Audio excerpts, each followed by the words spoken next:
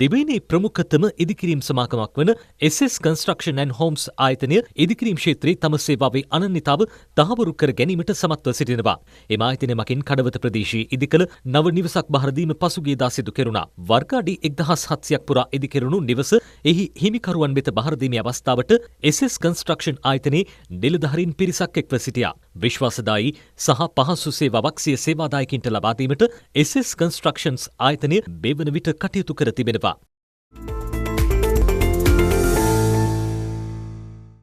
වසර 60කට අධික ඉතිහාසයක් ඇති මොරිසන් සමාගම හෘද රෝග නිවාරණ ඖෂධ නිෂ්පාදනය ආරම්භ කර තිබෙනවා. ඒ අනුව නව ඖෂධ වර්ග 3ක් හඳුන්වා ඇති අතර එම සියල්ල පෙති 30ක ඇසුරුම් වලින් වෙළඳ පොළට නිකුත් කර තිබෙනවා.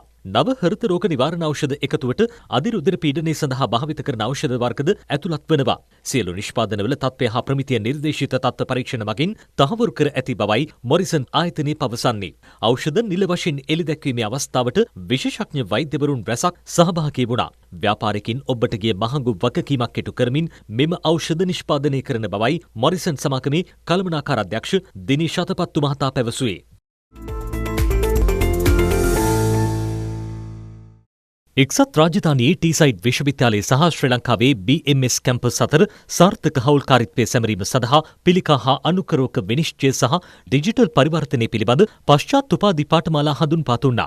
මෙරට ප්‍රමුඛතම පෞද්ගලික විශ්වවිද්‍යාලයක් වන BMS කැම්පස් පසුගිය වසරේදී එහි බ්‍රිති ජුබිලිය සැමරුවා. අදාළ පාඨමාලා හඳුන්වා දීමේ මාධ්‍ය හමුව දෙහිවල එම ආයතනයේදී සිදු කෙරුණා. BMS කැම්පස්හි සභාපති ආචාර්ය WA විජේවර්ධන මහතා ඇතුළු පිරිසක් මෙම අවස්ථාවට එක්ව සිටියා.